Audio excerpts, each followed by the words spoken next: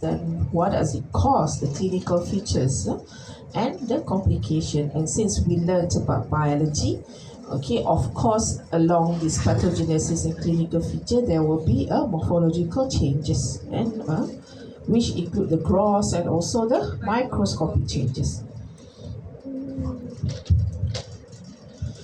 Okay, what is infective endocarditis? The simple word, microbial infections of the heart valves or the mural endocardium. So that's the keyword that leads to the formation of vegetations. You will see what is vegetation. Ini bukan vegetables tau, ha? Vegetation. Okay. So microbial. It could be any bacteria. It could be any infective agents, but the most common would be the bacteria and sometimes fungal. Okay. So if you read books of not a very latest book, okay, you will find kind of a different classifications. And if you read of a very recent journal, you will find this kind of classifications. But anyway, any classifications, the content is same. It's just the way they classify it. Okay, sometimes you will just see acute and subacute, acute, chronic, and subacute. Okay, this is one way of classifying it, much easier. NVE is native valve endocarditis. It can be either acute or subacute. Okay, this is sub classification of it. So this is native valve. Native valve is Normal valve. yeah, your original valve. Okay, or PVE, prostatic valve endocarditis. Okay, can have early and late. Okay, so you can imagine that early is when you just had the implant. Okay, and late is after a while. You will see. And a specific one is intravenous drug abuse endocarditis. Okay, usually in IVDA, it is of a native valve, but because of the nature of the infections and disease is a bit different. It's different from this native valve. They reclassify it under their own classifications. So this is what is acute and subacute in native valve. Acute is frequently involved normal valve. It's an aggressive cause. Okay, rapidly progressive illness. It caused by a very virulent organism. So virulent, you learn the word virulent already? Yeah. So maksud dia very powerful, strong organisms lah. Okay, such as Staph aureus and group B, streptococci. Underlying structural valve disease may be absent. So it's totally normal valve. Okay, but because the microbial agents is very virulent, very strong, it can just attack that valve. Okay, and subacute in native valve typically affects only abnormal valve, more indolent and may extend over many months. Alpha hemolytic streptococci or enterococci. This is less destructive. How come a native valve become abnormal? What disease that you learn? Rheumatic fever. Apa tu? Rheumatic fever. Rheumatic Fever. heart disease. Rheumatic fever dia boleh tak progress to rheumatic heart disease. Okay, rheumatic heart disease. So what abnormality do you have if you have rheumatic heart disease? Joint pain. The most common one? Which valve? Mitral valve. They will become mitral Stenosis. So a mitral stenosis is an abnormal valve. So can you imagine the stenosis, the fish mouth appearance? Dekat, jangan terbalik tau.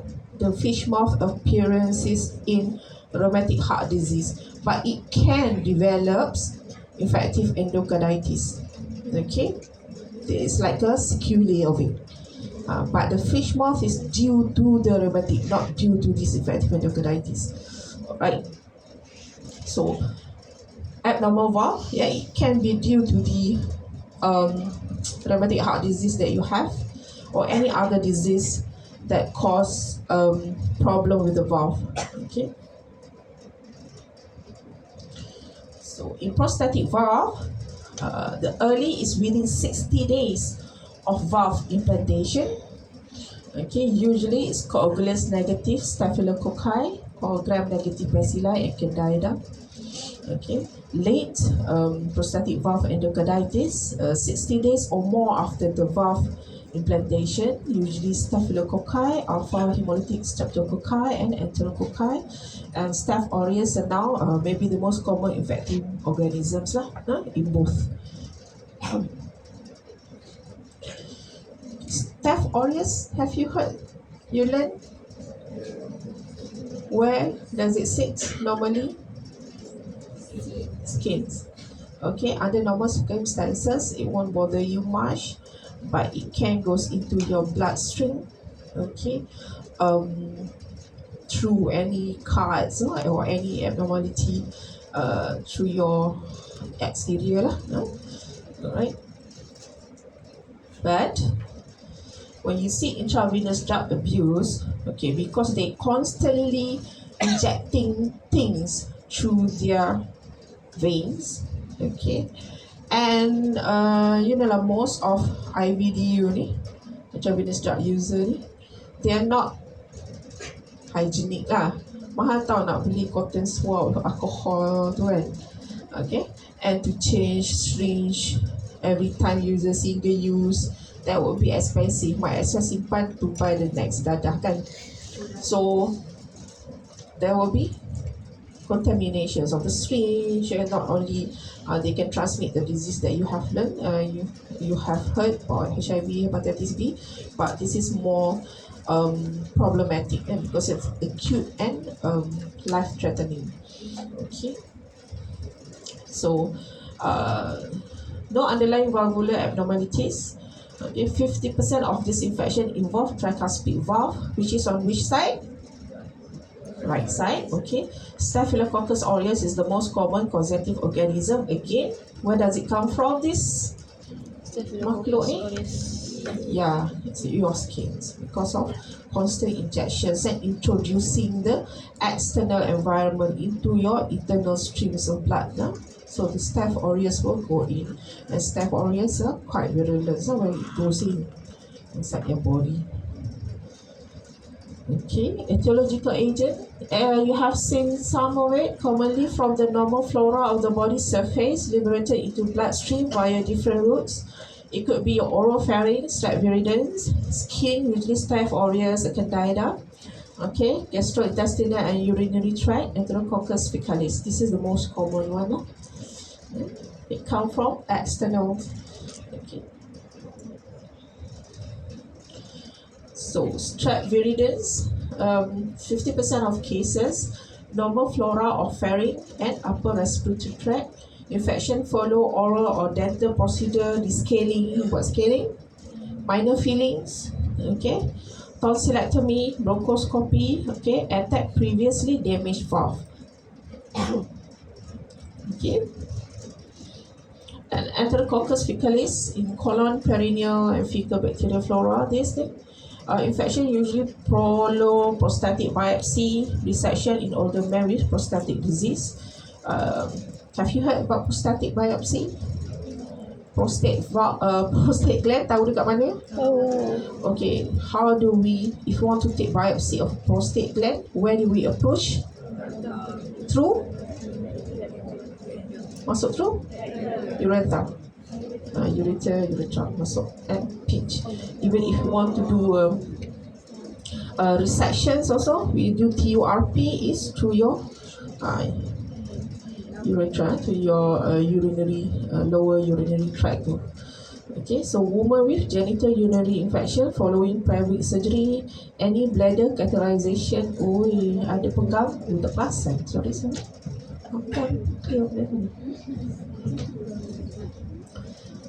Okay. Then bladder catheterization.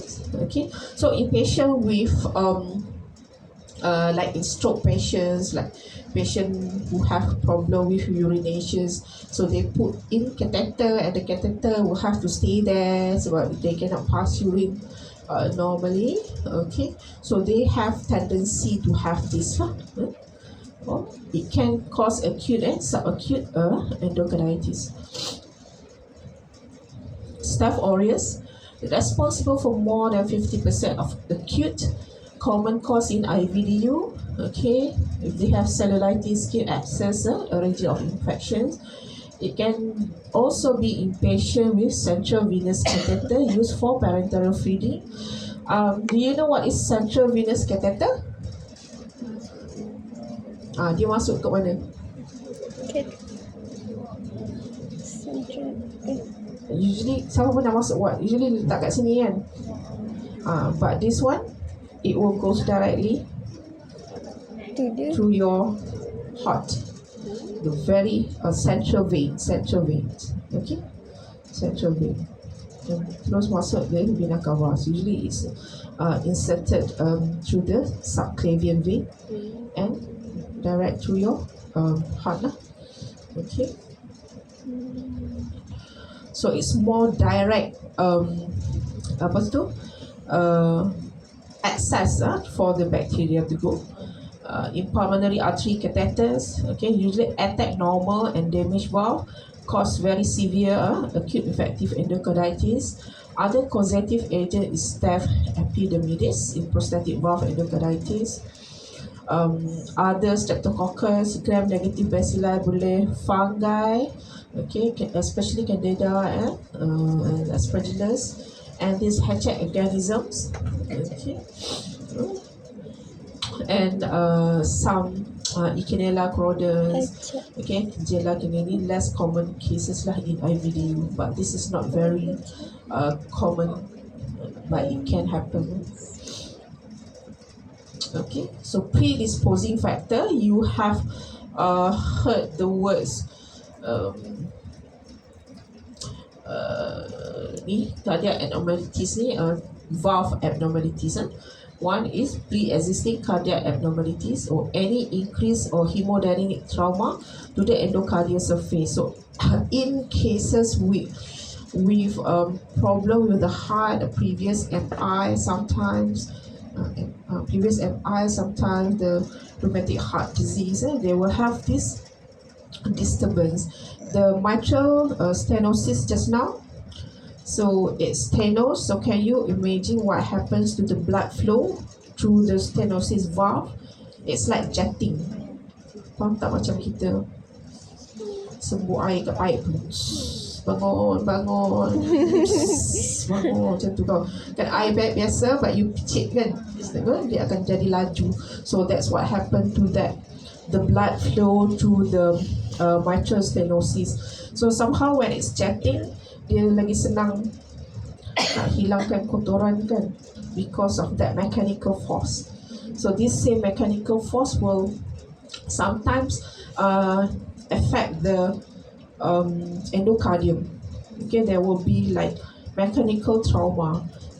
Bila I sebut mechanical trauma, janganlah bayangkan luka besar-besar tu. It just sometimes a very small within the endocardium, the internal layer of the heart. Okay, high pressure shunt, okay, like small VSD, chronic rheumatic heart disease. Okay, VSD ni dah baca? The topic is done.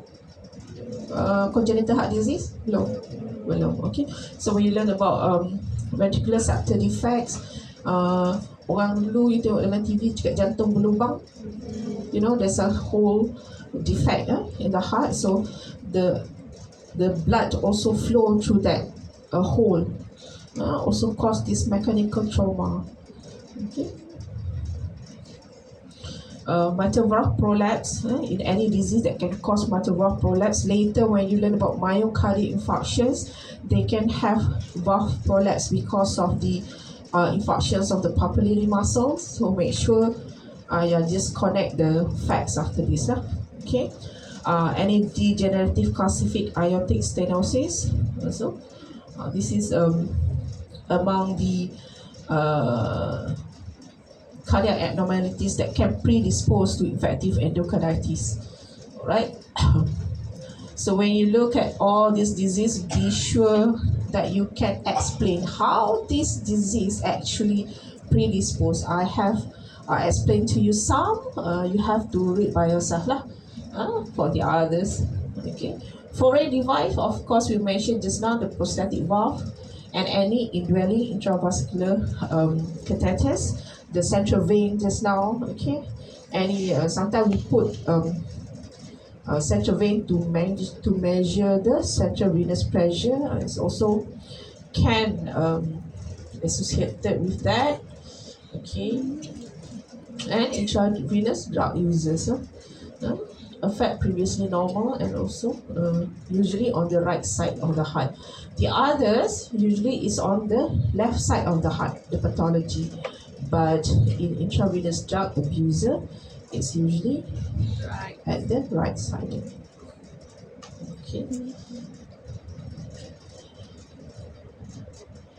So what happened, okay, when there is indwelling catheters, when someone injected drugs to their systemic circulations, or from the oropharynx we mentioned just now, not to forget also from the urinary or the GIT. This yang kuning-kuning ni is basically the bacteria will go into your blood flow, circulate. Under normal circumstances, that the microbial agent, the infective agent, is actually attacked, okay, by your body immune system. Okay, if it's not too many, okay, it will be attacked by your immune system. They will protect, your immune system will protect you. Okay, and if you don't have any abnormality to your heart, okay, it can just pass through, okay. But if you have some problem with the heart, this is the basically the endothelial cells, okay, some mechanical trauma just now that have affect this area. So of course there will be activated platelet and formations of fibrils. You remember your thrombosis, okay.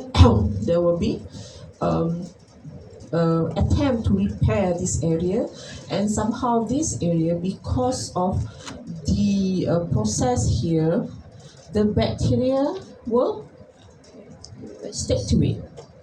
So when it stick to it, okay, and but because, like, let's say in IVDU, in this intravenous catheter that's been persistently there, every day inject, okay, the bacteria is keep being introduced to your bloodstream, you will have this persistent bacteria. So they keep on sitting there and proliferate. Okay, not only the bacteria will proliferate, it will induce some inflammatory process that will call all the inflammatory mediators, and there will be proliferations of this bacteria, and also the thrombosis and the platelet aggregations here.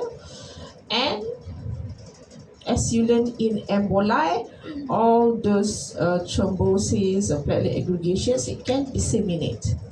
Okay, if it's small, disseminate, it can infect the other place, or if it's quite a large dissemination, it can cause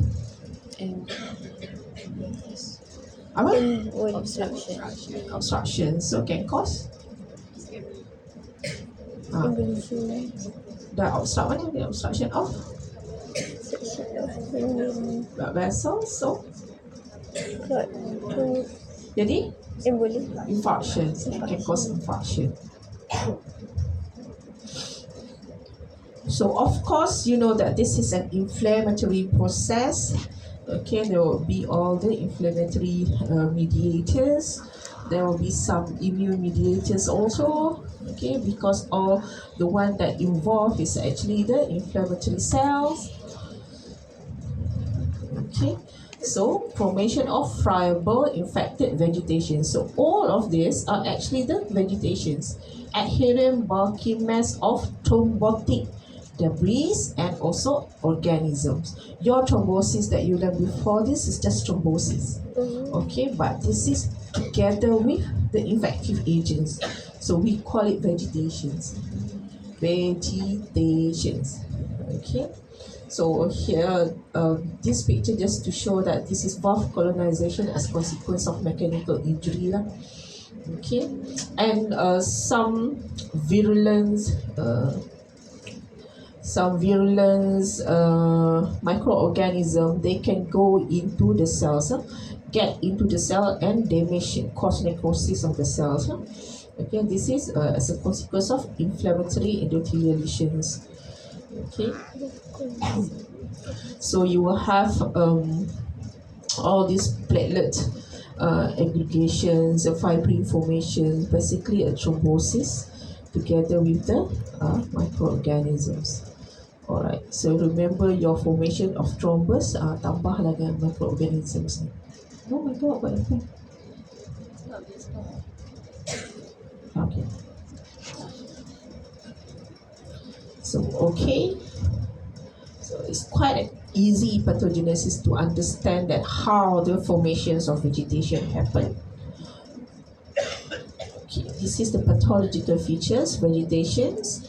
So you have this. Can you see this?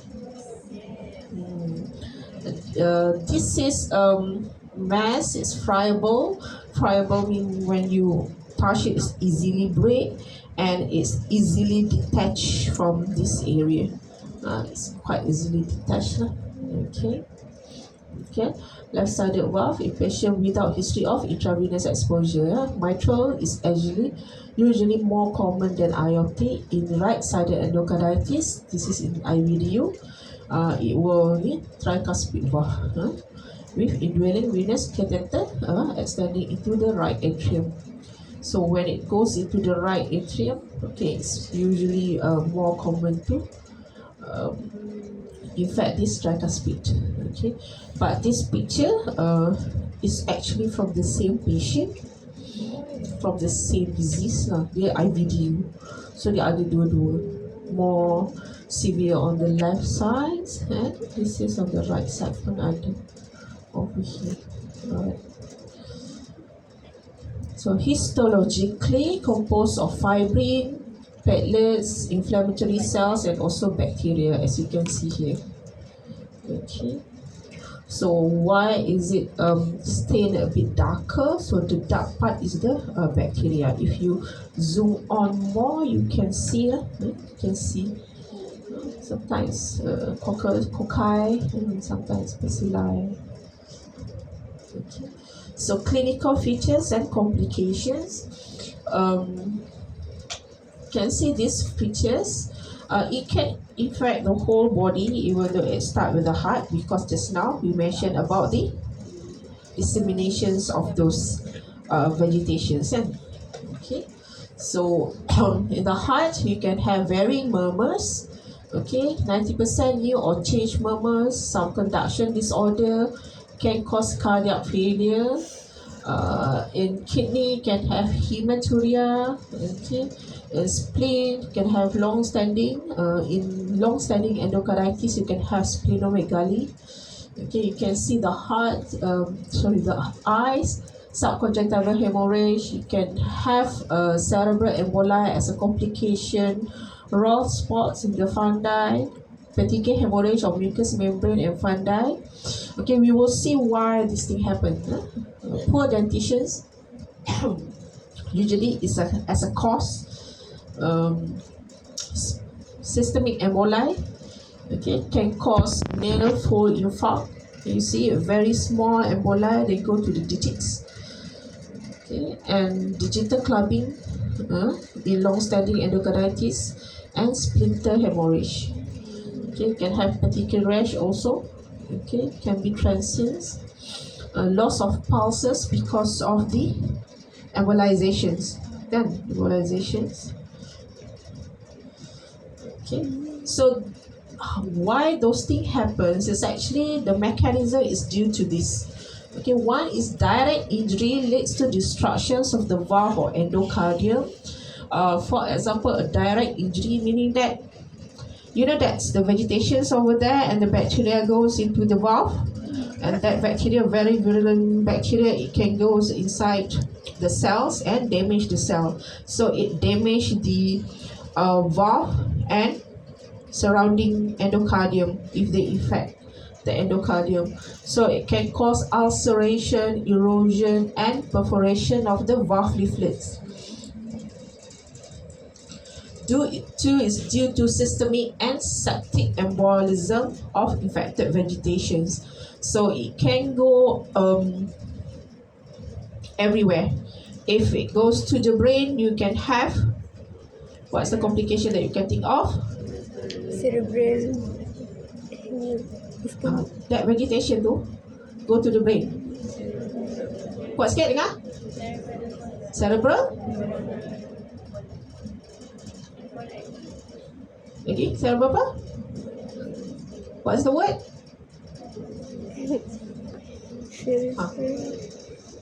Emboli go to the brain, boleh jadi infarction. But since it is vegetations, meaning that it carried it together apa microorganism. So what can it cause? Inflammation.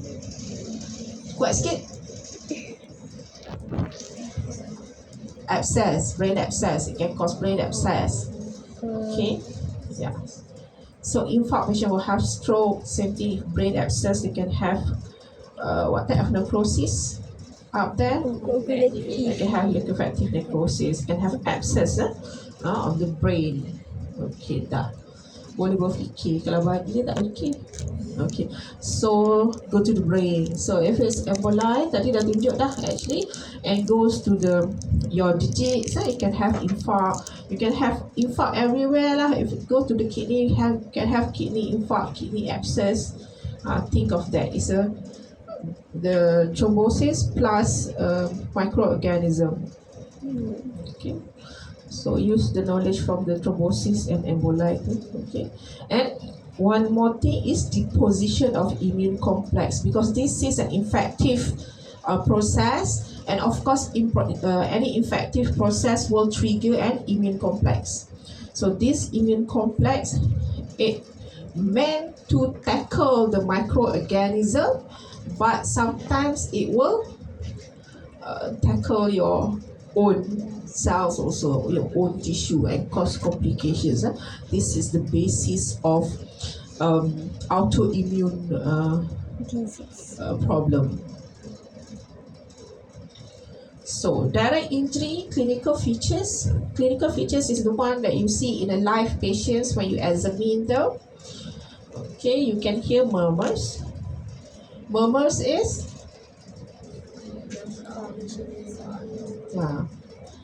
abnormal heart sound lah. You learn theoretically that heart sound ada berapa? S1, S2 macam tu. Then if you can have murmur, you can have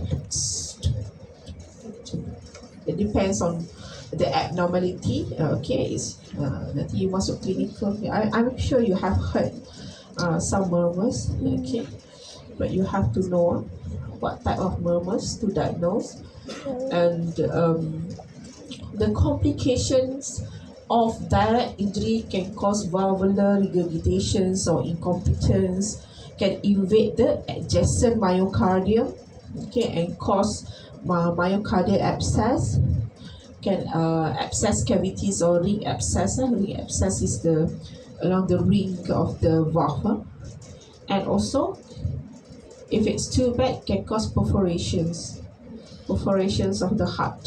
Okay, kalau interseptum, the septum perforations, it can also cause perforation outside and become the pericardial cavity tu can fill with blood lah, can cause cardiac tamponade. Imagine your heart muscles tu being perforated, bocor. Okay.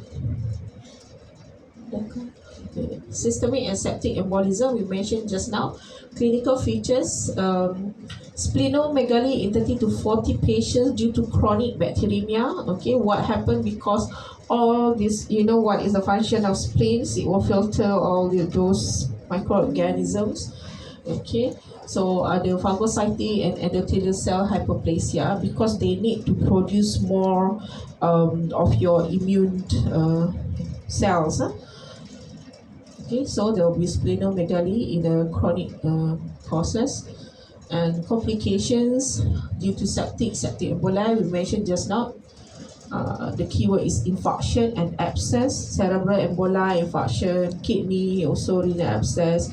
Myocardium can cause infarct. Digits, your fingers, your toes can have infarct, and blood vessels. If you go to blood vessels and sit over your blood vessels, you can have mycotic aneurysms. Aneurysm dah ke belum? Okay, so you will heard about the word mycotic aneurysms because of the infective agents there. Okay, so depositions of immune complex, clinical features, this is general features: fever, malaise, clubbing. Okay, nails, you can have splinter hemorrhage. Okay, splinter hemorrhage can also due to that very small emboli. It's basically like area of infarct. Okay, petechial hemorrhage in skin and mucous membrane. Okay, in osseous nodes, this is red tender nodules in fingers and toes. This is cutaneous complement mediated vasculitis. So complement mediated is an immune complex.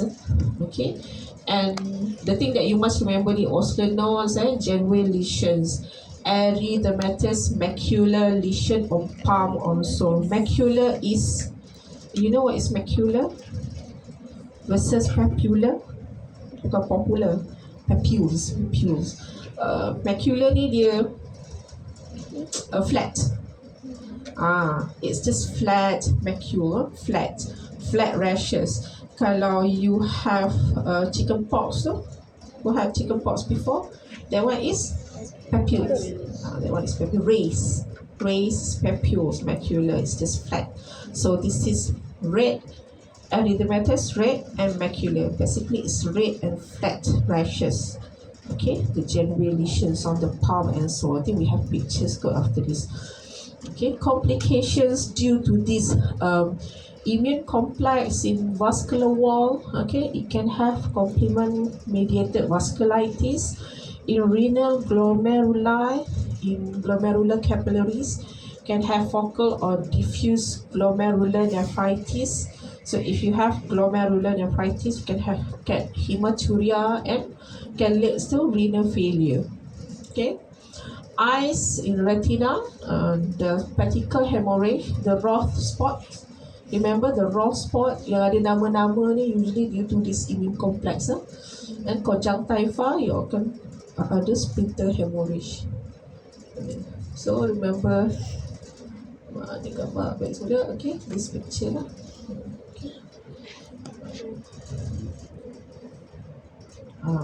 There.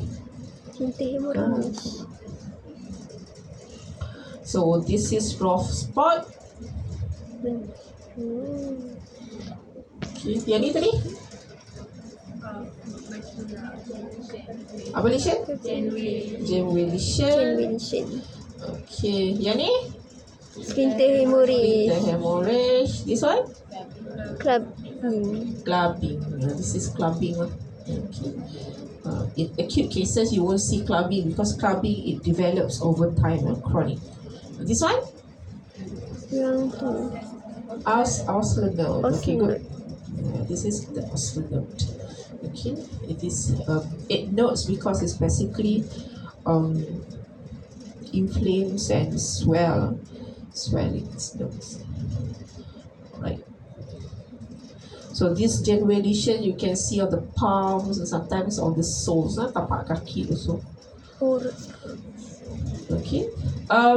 When you read books, you will find Duke's criteria, and you will, if you read the latest book, you will find apa nama? a modified Duke's criteria. This Duke's criteria is basically clinical criteria for diagnosis of patients. Okay, it's not really it's not pathological. Pathological, so you open the heart and tengok lah, means dah mati kan. Okay, so this is clinical criteria. So you, how to diagnose in this Duke criteria? Okay, if you have two major criteria, or you have one major, three minor, or you have five minor. So which one is major and which one is minor? So Duke major criteria is 2 positive blood cultures, okay, positive echocardiogram, so to see that there is problem with the heart, basically the heart valve, okay, or new regurgitant murmur. So 1, 2, 3 is the major criteria. If you have any two, okay, you can positively diagnose an infective endocarditis. Duke minor criteria is any predisposing conditions. For example, patient have been diagnosed with chronic rheumatic heart disease, or then you have fever, usually a very high spiking fever, 38 above usually. Okay, any immunologic signs, all these immunologic signs that kita mentioned just now, rose spots, splinter hemorrhage, or stenosis, Janeway lesions, and 1 positive blood culture and positive echo not meeting the major criteria. Okay, but in infective endocarditis, sometimes it's quite difficult to get the blood culture. Bukan nak ambil blood tu yang susah. Blood culture tu tends to be negative. Why? Can you think of any? Kita ambil blood culture through ambil darah macam biasa lah. Okay. You need to catch the time when the bacteria go jalan-jalan through the circulation. Because most of the time the bacteria is where? Duduk within the heart. Okay. Usually, how to know that that is the time when the bacteria go jalan-jalan through the circulations? When to catch the patients? When to catch to take blood at that time? Macam mana? Bila? Demam? Yeah. Bila dia spiking fever. That's why these patients, usually you will see that the fever is dia bukan macam ni dia, because we do the charting, it's not like this, it's like spiking ni, turun naik. Okay, so we can predict lah from our monitoring. Okay, bila temperature spike, ambil blood. So that's why if you go walk round, if you have this kind of patient, your consultant, your MO will cakap, okay, do blood culture when temperature spike. So you pun buat dia without understanding kenapa dah nak tunggu temperature spike. This is because of this, because you want to catch that bacteria so that it will be positive. Sometimes it won't be positive. Okay, but if it's endocarditis due to viral, of course blood culture for bacteria won't grow anything lah. Okay, you have to have a different approach to take. Alright. So clinical. Okay, since this is pathology, this part is not really. It's not really necessary for you to know. But this is but you will learn this again later in clinical posting. Treatments is antibiotic therapy, usually by penicillin, cephalosporin, and gentamicin. Again, it depends on the blood culture, which antibiotic that they are sensitive to. Then they will give that antibiotic. Okay, bacteria in vegetation grow very slowly, so antibiotic treatment must be continued for many weeks. Okay, it's very difficult because it's okay. Imagine dia dah menyorok dekat dalam thrombosis dulu. That's why the antibiotic very difficult to go inside the thrombosis. You have to wait for it to go out, and it persistent. Dia bukan duduk situ saja tu, dia beranak pinak juga kat situ. So you have to give persistent antibiotic. Alright. In severe cases, surgical resections of the valve and replacement with prosthetic may be the best treatment. Okay, best treatment. So that's why as a prevention, okay, patient with valvular heart disease is at risk for infective endocarditis as a result of bacteremia, even a minor procedure. So if you have previously diagnosed with some valvular heart disease, any heart disease, when you go into a minor procedure, you can take what? What you have to take? Penicillin. Prophylactic antibiotic. Apa lagi? So that's why we have to advise the patients that now that you have these conditions, meaning that the valvular heart disease conditions, any condition in the heart, if you go into apa tampal gigi, filling, scaling, you go to your usual scaling, or sometimes you want to go to facials that need an invasive, nak tekan jerawat yang berdarah-darah tu, okay, you might need to take these prophylactic antibiotics, okay, essential immediately before and during procedure to kill bacteria before settle on the heart valve, okay, because in normal person usually it won't cause anything, but since you already have this pre-existing valvular heart disease, it can leads to infective endocarditis. All right, Bacteria tu satu. so that's all.